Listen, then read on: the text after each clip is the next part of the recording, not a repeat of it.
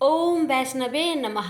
आप सभी भक्तों पर विष्णु भगवान और माँ लक्ष्मी की कृपा सदा सर्वदा बनी रहे, यही हम कामना करते हैं। प्यारे भक्तजनों, आज के वीडियो में आप सभी श्रवण करेंगे भाद्रपद मास की कृष्णा पक्ष में आने वाली आजा एकादशी व्रत की संपूर्ण कथा। अगर आप एकादशी का व्रत करते हैं तो इन कथाओं को अवश्य सुनेगा, क्योंकि व्रत कथा बिना व्रत अधूरा माना जाता है। इसलिए कथा को पूरा जरूर सुनेगा। तो आइए श्रवण करते हैं एकादशी की व्रत कथा। पुराणों में वर्णन आता है कि एक बार सत्यवती राजा हरिश्चंद्र ने स्वप्न में ऋषि विश्वामित्र को अपना राज्य दान कर दिया। अगले दिन ऋषि विश्वामित्र दरबार में पहुंचे तो राजा ने उन्हें अपना सारा राज्य सौंप दिया। ऋषि ने उनसे दक्षिणा की 500 स्वर्ण मुद्राएं और मांगी। दक्षिणा चुकाने के लिए राजा को अपनी पत्नी एवं पुत्र तथा स्वयं को बेचना पड़ा। राजा हरिश्चंद्र को एक डोम ने खरीदा था। डोम ने राजा हरिश्चंद्र को शमशान में नियुक्त करके मृतकों के संबंधियों से कर लेकर शवदाह करने का कार्य सौंपा था। उनको जब यह कार्य करे हुए कई वर्ष बीत गए तो एक दिन अकस्मात उनकी गौतम ऋषि से भेंट हो गई। राजा ने उनसे अपने ऊपर बीती सब बातें बताई तो मुनि ने उन्हें इसी आजा एकादशी का व्रत करने की सलाह दी। राजा ने यह व्रत करना आरंभ कर दिया। इसी बीच उनके पुत्र रोहिता को सर्प के डसने से स्वर्गवास हो गया। जब उसकी माता अपने पुत्र को अंतिम संस्कार हेतु शमशान पर लाई तो राजा हरिश्चंद्र ने उससे शमशान का कर मांगा, परंतु उसके पास शमशान का कर चुकाने के लिए कुछ भी नहीं था। उसने चुनरी का आधा भाग देकर शमशान का कर चुकाया। तत्काल आकाश में बिजली चमकी और प्रभु प्रकट होकर बोले, महाराज, तुमने सत्य को जीवन में धारण करके उच्चतम आदर्श प्रस्तुत किया है। तुम्हारी कर्तव्य निष्ठा धन्य है। तुम इतिहास में सत्यवादी राजा हरिश्चंद्र के नाम से अमर रहोगे। भगवान की कृपा से रोहित जीवित हो गया। तीनों प्राणी चिरकाल तक सुख भोग कर अंत में स्वर्ग को चले गए। प्रेम से बोलिए विष्णु भगवान की जय। विष्णु भगवान आपकी कथा कहने, सुनने और हुक्कार भरने वालों की सभी मनोकामना को पूर्ण करना। प्रेम से बोलिए लक्ष्मी नारायण की जय हो। एकादशी माता की कथा। एक बार एक राज्य में एक राजा रहा करता था। राजा बहुत ही बुद्धिमान और बलशाली था। राजा सदैव अपनी प्रजा का बहुत अच्छे से ध्यान रखता था। प्रजा भी अपने राजा को बहुत पसंद करते थे। राजा की 2 बेटियां थीं। राजा अपनी दोनों बेटियों से बहुत प्रेम करता था। राजा की छोटी बेटी देखने में बहुत सुंदर और आकर्षण थी और राजा की बड़ी छोटी बेटी के मुकाबले थोड़ा कम सुंदर थी। राजा की छोटी बेटी 11 माता की पूजा किया करती थी और सभी लोग राजा की छोटी बेटी से बहुत प्रेम करते थे और बहुत प्रशंसा किया करते थे। राजा भी अपनी छोटी बेटी को बड़ी बेटी से अधिक प्रेम करता था, जिस कारण राजा की बड़ी बेटी को अपनी छोटी बहन से बहुत नफरत होने लगी थी। राजा की दोनों बेटियां जब बड़ी हो गई तब एक पड़ोस राज्य में रहने वाला राजकुमार राजा की बड़ी बेटी के लिए रिश्ता लेकर आया।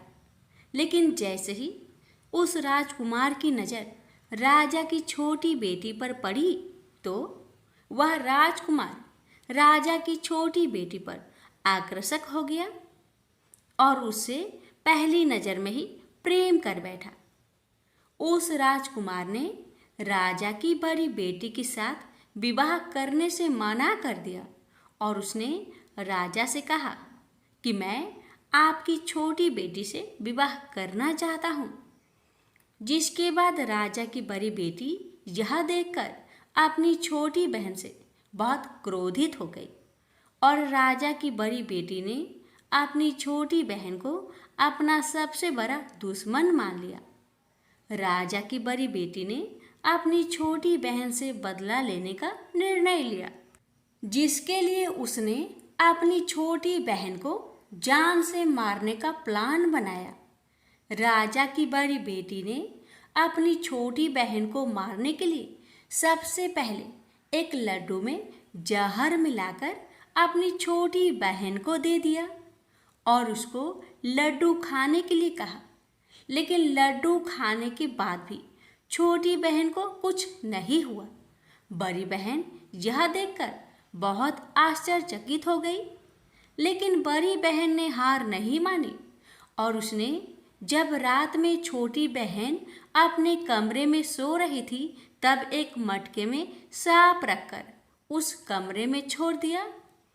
लेकिन सांप भी छोटी बहन का कुछ नहीं कर पाया, जिसके बाद बड़ी बहन ने अपनी छोटी बहन से कहा कि चलो हम लोग कुएं में से पानी भरकर लाते हैं, जिसके लिए वह अपनी छोटी बहन को पानी भरने के बहाने कुएं के पास ले गई और उसने अपनी छोटी बहन को कुएं में धक्का दे दिया।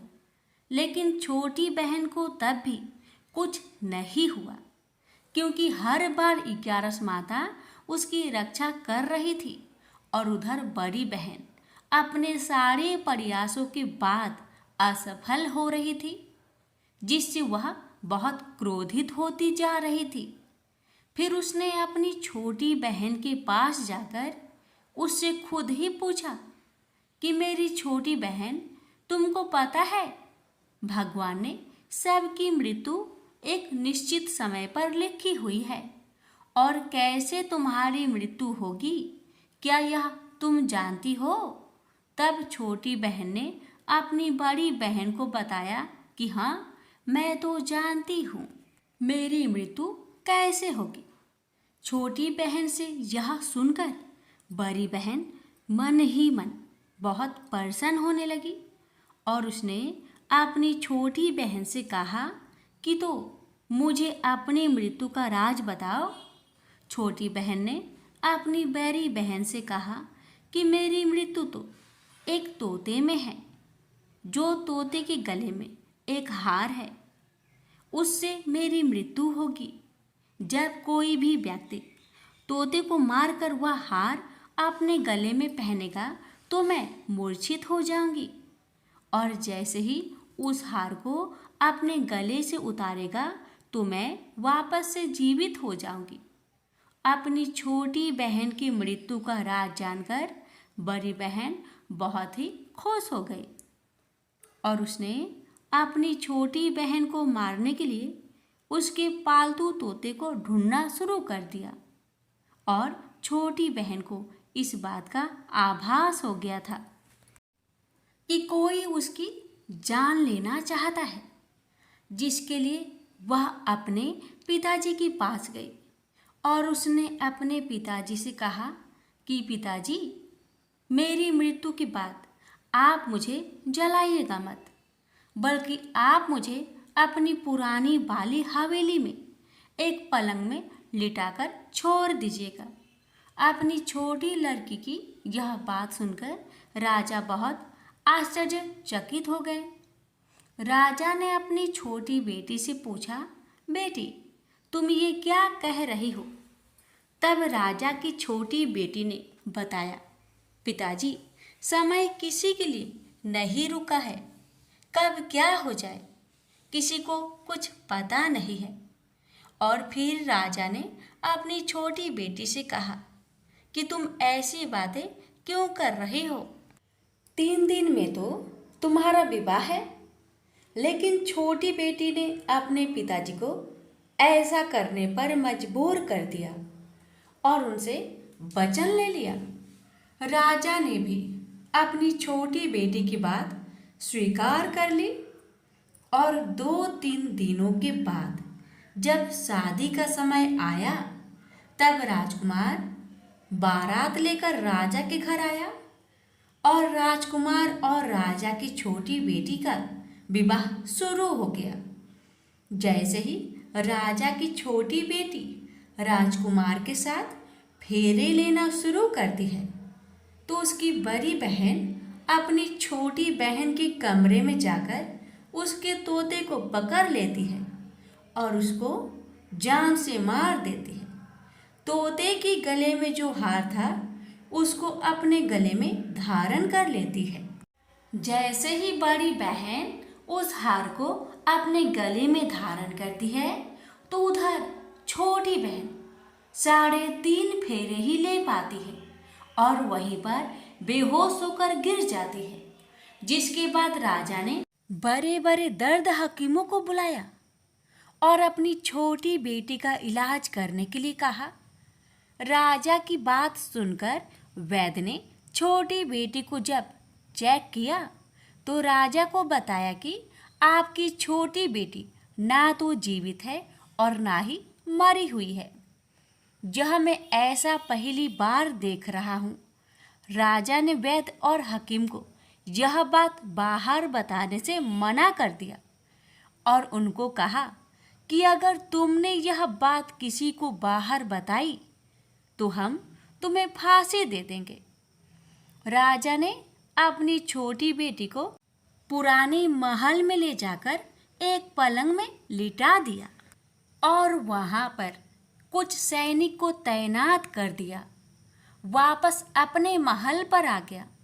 राजा की बड़ी बेटी अपने पिताजी के पास आई और कहने लगी कि पिताजी, अगर यह शादी संपन्न नहीं हुई तो आपकी इज्जत का क्या होगा? आप कहे तो आपकी इज्जत बचाने के लिए राजकुमार से शादी करने के लिए तैयार हूँ। जिसके बाद राजा ने अपनी बड़ी बेटी की बात मान ली और राजा ने बड़ी बेटी को छोटी बेटी की कपड़े पहनाकर मंडप पर भेज दिया।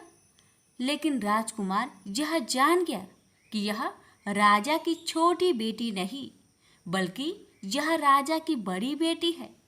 लेकिन जब राजकुमार ने शादी करने से मना किया तो सभी लोगों ने राजकुमार को विवश करके राजा की बड़ी बेटी से बचे हुए फेरे को संपन्न करा दिया और विवाह करवा दिया। जिसके बाद राजकुमार राजा की बड़ी बेटी को अपने महल ले गया। राजकुमार राजा की बड़ी बेटी से ना तो बात करता था, न ही उसको पसंद करता था और ना ही उसके आसपास भटकता था। और राजकुमार ने यह फैसला लिया था कि वह अपनी प्रेमिका को ढूंढ कर रहेगा और यह जानकर रहेगा कि उसके साथ हुआ क्या है। एक दिन राजकुमार अपने घोड़े पर सवार होकर राजा के पुराने महल के पास पहुंच गया, जहां पर उसने कुछ सैनिकों को देखा। महल के पास पहुंचकर राजकुमार ने जब महल को ध्यान से देखा तो वह समझ गया कि यह तो हमारे ससुर जी का महल है।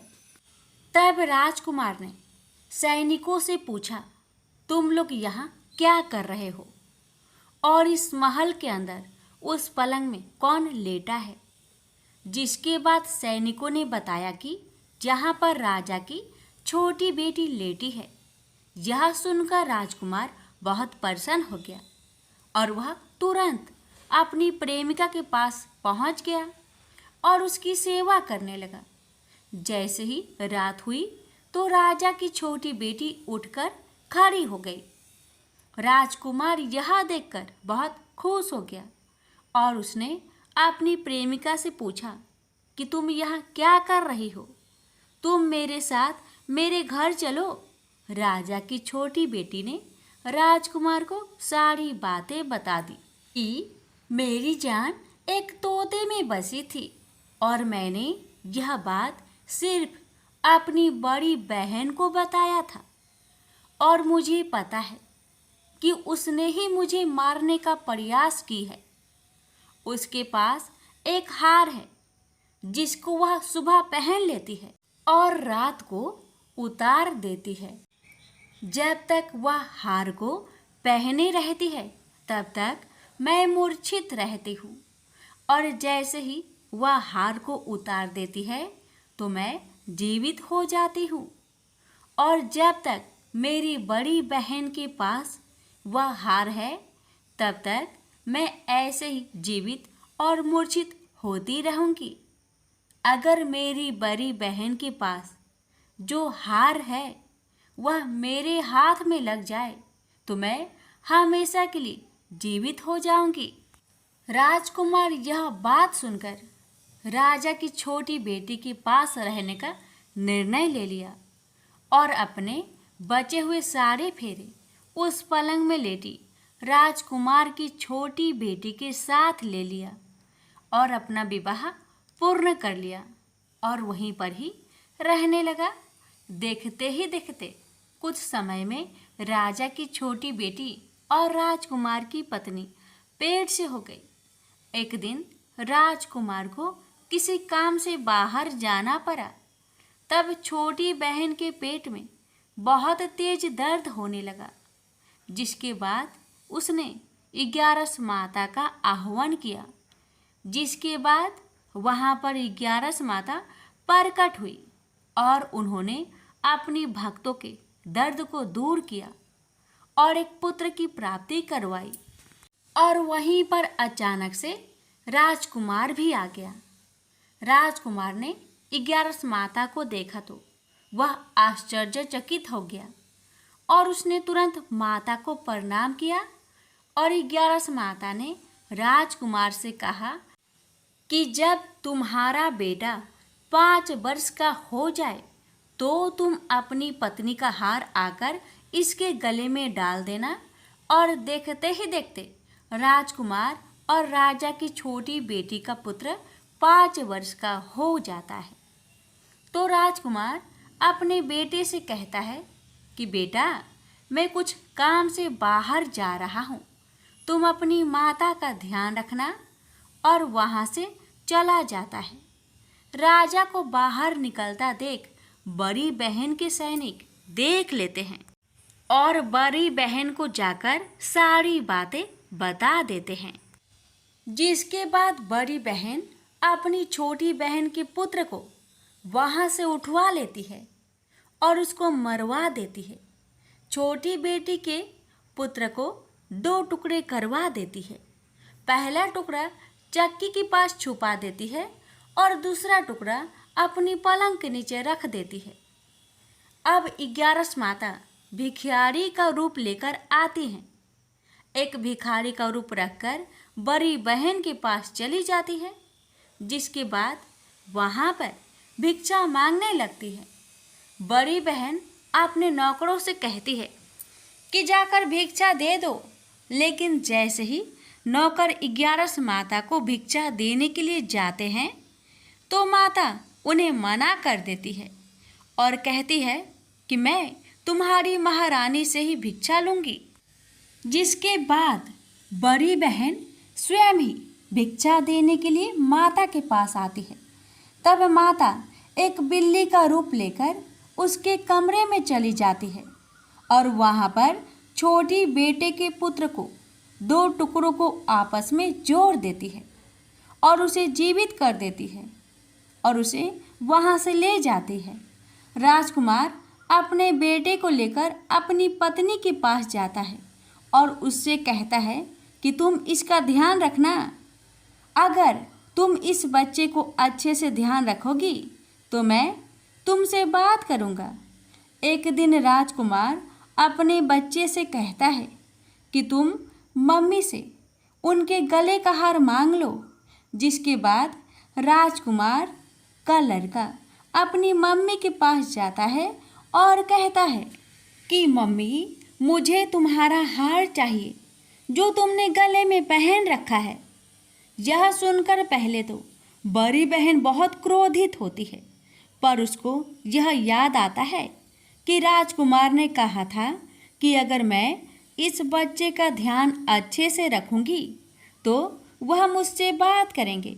जिसके कारण वह हार को उस बच्चे को दे देती है और वह तुरंत हार ले जाकर अपने पिताजी को दे देता है। और तभी राजकुमार अपने बेटे को लेकर वहाँ से जाने लगता है और अपनी पत्नी से कहता है कि तुम हमारे लिए खाना बनाकर रखना, मैं शाम को आकर तुम्हारे साथ खाऊंगा। और वह अपने बेटे को लेकर वहां से चला जाता है। जिसके बाद वह राजा के पास जाता है और उसको सारी बातें बता देता है। राजा अपनी बड़ी बेटी की यह करतूत सुनकर बहुत क्रोधित होते हैं और अपनी परवरिश पर ही दोष देने लगते हैं और राजकुमार को अपनी छोटी बेटी के साथ रहने के लिए आदेश देते हैं। ग्यारस माता ने जैसी कृपा छोटी बेटी पर की, वैसी ही कृपा अपने सभी भक्तों पर करना, हर कष्टों को दूर करना। प्रेम से बोलिए एकादशी माता की जय। इस कथा को हर एकादशी व्रत कथा के साथ जरूर सुनना चाहिए। इससे लक्ष्मी नारायण एकादशी माता की विशेष कृपा प्राप्त होती है। प्रेम से बोलिए लक्ष्मी नारायण की जय, एकादशी माता की जय। लक्ष्मी माता की कहानी। एक बार लक्ष्मी जी ने मनोहर रूप यानी बहुत ही अद्भुत रूप धारण करके गायों के एक झुंड में प्रवेश कर लिया और उनके इस सुंदर रूप को देखकर गायों ने पूछा कि देवी आप कौन हैं और कहाँ से आई हैं। गायों ने ये भी कहा कि आप पृथ्वी की अनुपम सुंदरी लग रही हो। तब गायों ने एकदम से कहा कि सच सच बताओ, आखिर तुम कौन हो और तुम्हें कहाँ जाना है। तब लक्ष्मी जी ने विनम्रता से गायों से कहा कि तुम्हारा कल्याण हो। असल में मैं इस जगत में अर्थात संसार में लक्ष्मी के नाम से प्रसिद्ध हूँ और सारा जगत मेरी कामना करता है, मुझे ही पाना चाहता है। मैंने दैत्यों को छोड़ दिया था और इसलिए वे सदा के लिए नष्ट हो गए। इतने ही नहीं, मेरे आश्रय में रहने के कारण इंद्र, सूर्य, चंद्रमा, विष्णु, वरुण तथा अग्नि आदि सभी देवता सदा के लिए आनंद भोग रहे हैं। इसके बाद माँ लक्ष्मी ने कहा कि जिनके शरीर में मैं प्रवेश नहीं करती वे सदैव नष्ट हो जाते हैं और अब मैं तुम्हारे शरीर में ही निवास करना चाहती हूँ। लेकिन इसके बाद भी कथा अभी खत्म नहीं हुई, क्योंकि गायों ने अब तक माँ लक्ष्मी को अपनाया नहीं था। गाय ने क्यों किया माँ लक्ष्मी का त्याग? देवी लक्ष्मी की इन बातों को सुनने के बाद गायों ने कहा कि तुम बड़ी चंचल हो, इसलिए कभी कहीं नहीं ठहरती। इसके अलावा तुम्हारा बहुतों के साथ भी एक सा ही संबंध है, इसलिए हमें तुम्हारी इच्छा नहीं है। तुम्हारी जहाँ भी इच्छा हो तुम चली जाओ। तुमने हमसे बात की, इतने में ही हम अपने आप को तुम्हारी कृतार्थ यानी तुम्हारी आभारी मानती हैं। गायों के ऐसा कहने पर लक्ष्मी ने कहा कि ये तुम क्या कह रही हो? मैं दुर्लभ और सती हूँ, अर्थात मुझे पाना आसान नहीं, पर फिर भी तुम मुझे स्वीकार नहीं कर रही। आखिर इसका कारण क्या है? यहाँ तक कि देवता, दानव, मनुष्य आदि सब कठोर तपस्या करके मेरी सेवा का सौभाग्य प्राप्त करते हैं, अतः तुम भी मुझे स्वीकार करो। वैसे भी इस संसार में ऐसा कोई नहीं जो मेरा अपमान करता हो। ये सब सुनकर गायों ने कहा कि हम तुम्हारा अपमान या अनादर नहीं कर रहे, केवल तुम्हारा त्याग कर रहे हैं, और वह सिर्फ इसलिए क्योंकि तुम्हारा मन बहुत चंचल है। तुम कहीं भी जमकर नहीं रहती, अर्थात एक स्थान पर नहीं रुक सकती, इसलिए अब बातचीत करने से कोई लाभ नहीं। तो तुम जहाँ जाना चाहती हो जा सकती हो। इस तरह से गायों ने माँ लक्ष्मी का त्याग कर दिया, क्योंकि गायों को मालूम था कि लक्ष्मी कभी किसी के पास नहीं रहती, बल्कि पूरे संसार में घूमती रहती है। पर फिर भी माँ लक्ष्मी ने हार नहीं मानी और इतना सब होने के बाद भी वार्तालाप जारी रखी। अब आखिर में माँ लक्ष्मी ने कहा, गायों, तुम दूसरे को आदर देने वाली हो और यदि तुमने ही मुझे त्याग दिया तो सारे जगत में मेरा अनादर होने लगेगा। इसलिए तुम मुझ पर भी अपनी कृपा करो। मैं तुमसे केवल सम्मान चाहती हूँ। तुम लोग सदा सबका कल्याण करने वाली पवित्र और सौभाग्यवती हो, तो मुझे भी बस आज्ञा दो कि मैं तुम्हारे शरीर के किस भाग में निवास करूं। इसके बाद गाय ने भी अपना मन बदल लिया और गायों ने कहा, हे यशस्विनी, हमें तुम्हारा सम्मान अवश्य ही करना चाहिए, इसलिए तुम हमारे गोबर और मूत्र में निवास करो, क्योंकि हमारी ये दोनों वस्तुएं ही परम पवित्र है। तब माँ लक्ष्मी ने कहा, धन्यवाद और धन्य भाग मेरे, जो तुम लोगों ने मुझ पर अनुग्रह किया, यानी मेरे प्रति इतना कृपा दिखाई। मैं अवश्य ऐसा ही करूंगी। मैं सदैव तुम्हारे गोबर और मूत्र में ही निवास करूंगी। सुखदायिनी गायो अर्थात सुख देने वाली गायो, तुमने मेरा मान रख लिया, अतः तुम्हारा भी कल्याण हो। बस यही वचन है कि गाय की इन दोनों वस्तुओं को लक्ष्मी का ही रूप समझा जाता है। प्रेम से बोलिए लक्ष्मी माता की जय। तुलसी से जुड़ी एक कथा बहुत प्रचलित है। श्रीमद् देवी भागवत पुराण में इनके अवतरण की दिव्य लीला कथा भी बनाई गई है। एक बार शिव ने अपने तेज को समुद्र में फेंक दिया था। उससे एक महातेजस्वी बालक ने जन्म लिया। यह बालक आगे चलकर जालांधर के नाम से पराक्रमी दैत्य राजा बना। इसकी राजधानी का नाम जालांधर नगरी था। दैत्यराज काल नेमि की कन्या वृंदा का विवाह जालंधर से हुआ। जालंधर महाराक्षस था। अपनी सत्ता के मद में चूर उसने माता लक्ष्मी को पाने की कामना से युद्ध किया, परंतु समुद्र से ही उत्पन्न होने के कारण माता लक्ष्मी ने उसे अपने भाई के रूप में स्वीकार किया। वहां से पराजित होकर वह देवी पार्वती को पाने की लालसा से कैलाश पर्वत पर गया। भगवान देवाधिदेव शिव का ही रूप धरकर माता पार्वती के समीप गया, परंतु माँ ने अपने योग बल से उसे तुरंत पहचान लिया तथा वहां से अंतर ध्यान हो गई। देवी पार्वती ने क्रोध होकर सारा वृत्तांत भगवान विष्णु को सुनाया। जालंधर की पत्नी वृंदा अत्यंत पतिव्रता स्त्री थी। उसी के पतिव्रत धर्म की शक्ति से जालंधर ना तो मारा जाता था और ना ही पराजित होता था। इसलिए जालंधर का नाश करने के लिए वृंदा के पतिव्रत धर्म को भंग करना बहुत जरूरी था। इसी कारण भगवान विष्णु ऋषि का भेष धारण कर वन में जा पहुँचे, जहाँ वृंदा अकेली भ्रमण कर रही थी। भगवान के साथ दो मायावी राक्षस भी थे, जिन्हें देखकर वृंदा भयभीत हो गई। ऋषि ने वृंदा के सामने पल में दोनों को भस्म कर दिया।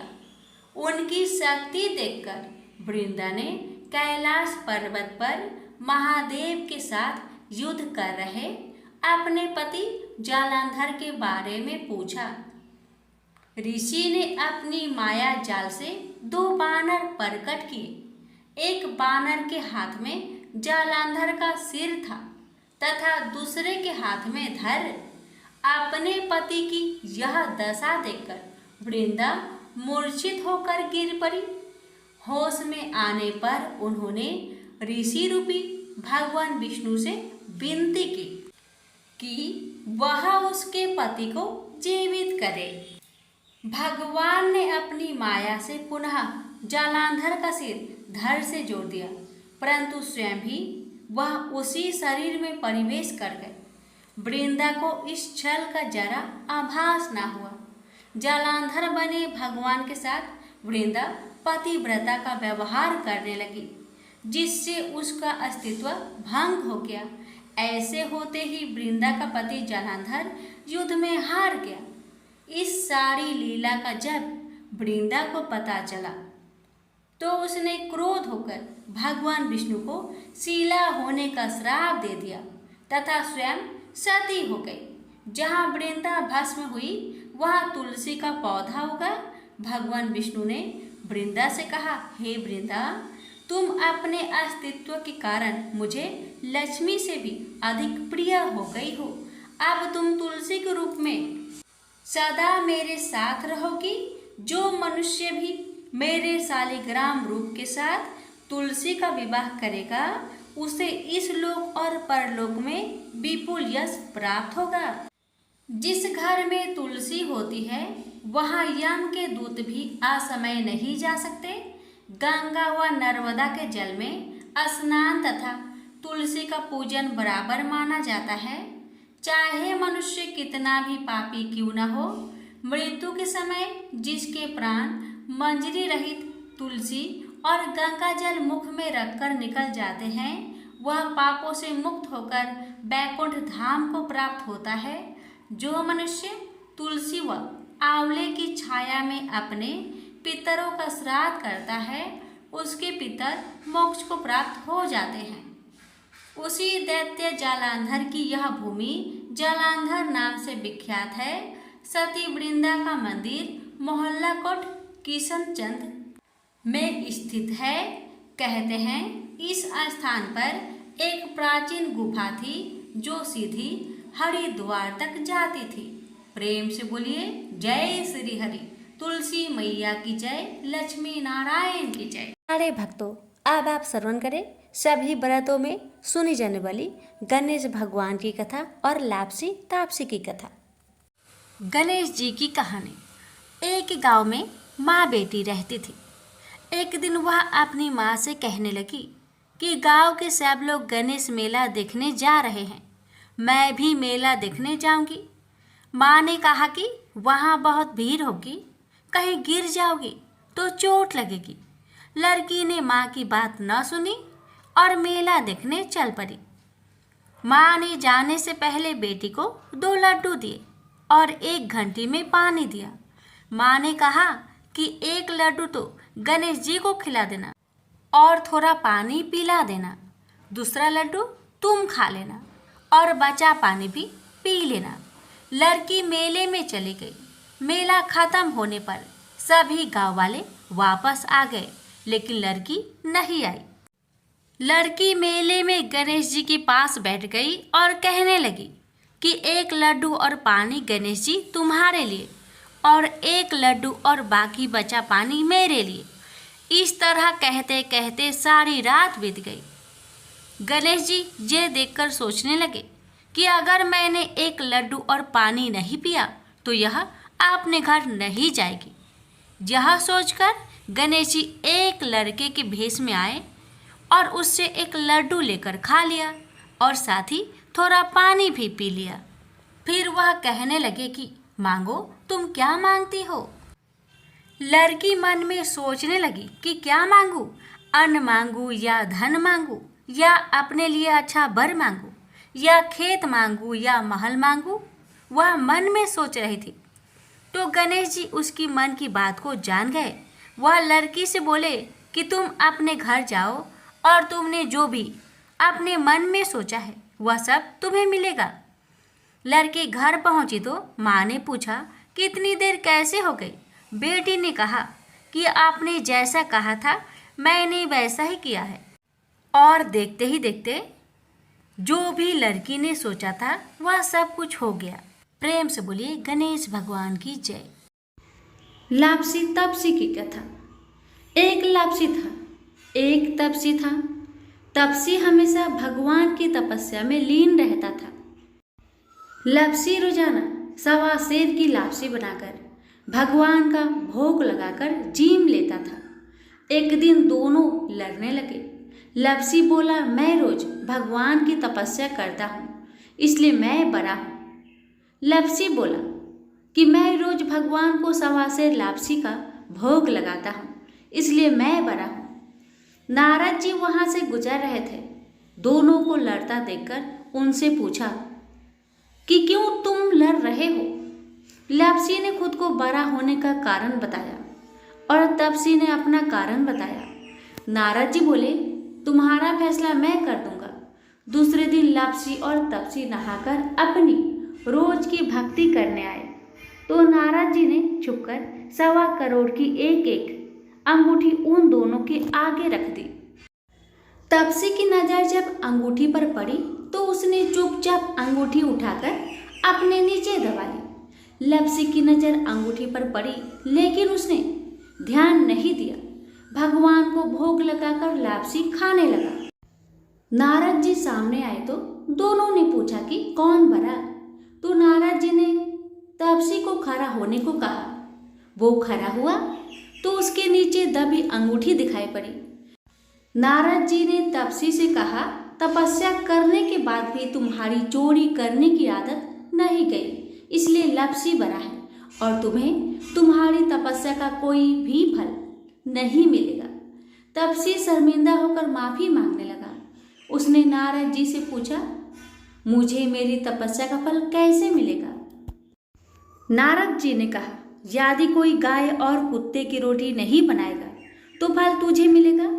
यदि कोई ब्राह्मण को भोजन करवाकर दक्षिणा नहीं देगा तो फल तुझे मिलेगा। यदि कोई साड़ी के साथ ब्लाउज नहीं देगा तो फल तुझे मिलेगा। यदि कोई दिए से दिया जलाएगा तो फल तुझे मिलेगा। यदि कोई सारी कहानी सुने लेकिन तुम्हारी कहानी नहीं सुने तो फल तुझे मिलेगा। उसी दिन से हर व्रत कथा कहानी के साथ लापसी तपसी की कहानी भी सुनी और कही जाती है। प्रेम से बोलिए लक्ष्मी नारायण की जय।